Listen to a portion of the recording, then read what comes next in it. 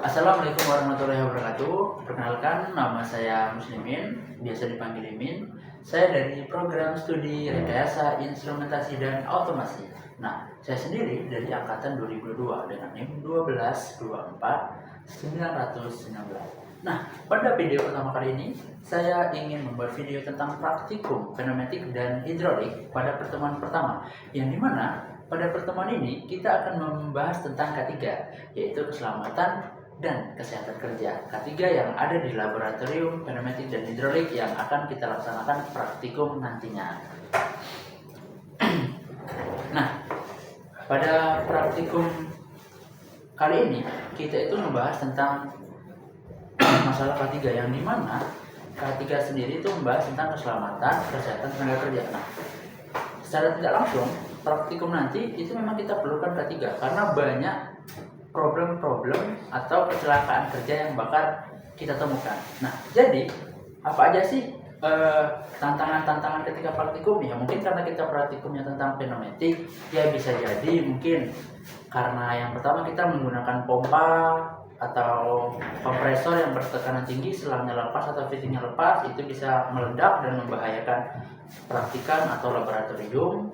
Yang kedua tentang PLC, mana dia juga tegangannya AC dan juga bisa membahayakan praktikan. Nah, dari masalah-masalah ini bagaimana cara kita antisipasinya agar tidak merasakan kerugian pada praktikan dan juga laboran maupun kampus. Nah, untuk praktikum ini latar belakang adanya K3 ini ya karenanya praktikum pneumatik ini banyak alat-alatnya, yaitu alat listrik, alat mekanik, dan juga banyak potensi bahaya. Nah, yang pertama tadi itu ada pneumatic cylinder, itu ada potensi tangan kejepit, dan juga ada selang udara yang dari kompresor tadi bisa, kalau dia lepas mungkin bisa meledak atau terkena mata dan juga gangguan pendengaran karena kompresor.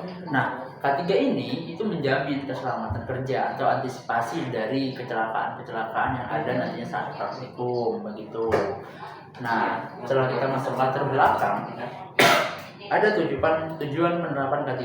Nah, tujuannya itu tadi melindungi keselamatan mahasiswa, terus juga penggunaan lab, terus juga kecelakaan kerja, mencegah kerusakan alat, terus juga menumbuhkan sikap disiplin, selalu hati-hati, terus juga memastikan kelancaran praktikan, sama membiasakan agar kita praktikan kita tuh standar dengan industri untuk K3-nya gitu. Nah, karena tujuan K3 ini lebih baik kita mencegah daripada mengobati, seperti itu. Nah, nanti praktikum pneumatik dan hidrolik ini itu kita menggunakan pneumatic cylinder dan juga PLC.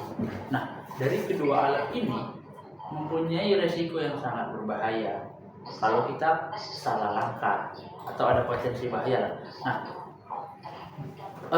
resiko dari pneumatic cylinder yaitu tadi pistonnya bergerak atau tangan kita memasuki daerah kerja si pneumatic cylinder.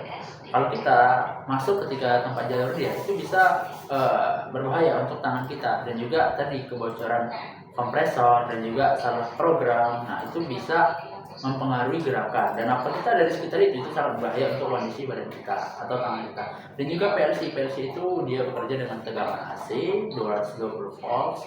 Nah, kalau kita salah rakit atau salah sambung tegangan bisa konslet dan kita bisa kesetrum. Nah, itu peringatan bahaya yang mungkin akan kita alami, atau yang bukan kita alami sih, tapi lebih ke antisipasi saat kita praktikum tentang pneumatik dan hidrolik begitu. Terus selanjutnya itu kompresor. Nah, ada kompresor nih. Kompresor itu tekanan udara yang sangat tinggi di dalam itu. Itu kita menggunakan sekitar yang 10 bar.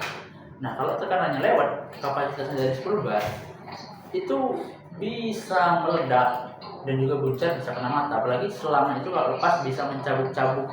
Ya mungkin kalau badan sakit, kalau kena mata mungkin bahaya sekali. Makanya kita perlu safety. Mungkin dari mata kita nanti pakai kacamata dan juga lindungi kalau kaki kita pakai sepatu yang bahannya karet. Terus juga mungkin kita baju pakai yang PDA biar agak lebih tebal, sama sarung tangan kerja itu untuk antisipasi gitu dari kecelakaan tadi. Nah, terus juga ada aturan umum yang dilarang saat praktikum, yaitu dilarang menyalakan kompresor dan PLC itu tanpa izin asprak. Dan juga kita harus memastikan saat menggunakan kompresor itu olinya harus sudah ada. Dan juga jangan memegang piston silinder saat sedang beroperasi. Dan juga pastikan selang atau fitting itu ya terpasang dengan kuat. Dan juga program PLC pastikan itu yang benar, jangan sampai salah atau error. Dan juga tekanan anginnya juga dipastikan berapa bar dianya gitu. Terus setelah kita praktikum, ya tolong dirapikan lagi dan dimatikan lagi alat-alatnya gitu. Terus yang selanjutnya itu SOP praktikum. Nah, ada beberapa SOP. Nah, sebelum praktikum yaitu cek kondisi selang, fitting, kabel PLC, terus juga pastikan oli sama kompresornya udah siap belum dia untuk dipraktikum.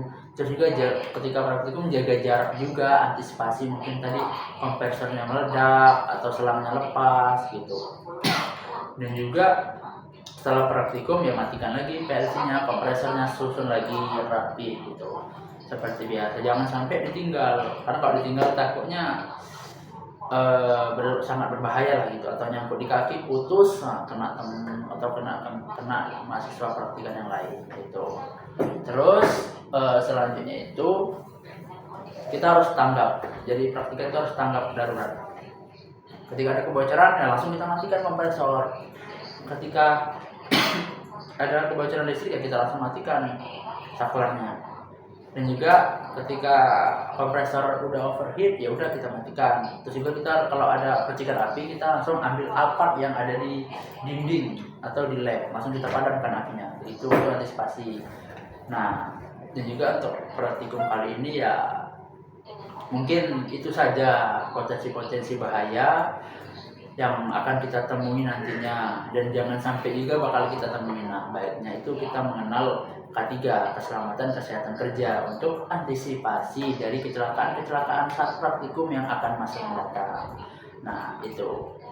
Terima kasih. Mungkin sekian praktikum modul 1 kali ini terkait keselamatan kesehatan kerja. Semoga teman-teman yang menonton atau yang melihat ini teredukasi untuk saat melakukan kerjaan kita harus tahu, terutama itu K3 dulu, keselamatan untuk diri kita, sekitar kita, dan alat-alat kita, itu antisipasi. Oke, karena lebih baik mencegah daripada mengobati. See you, terima kasih.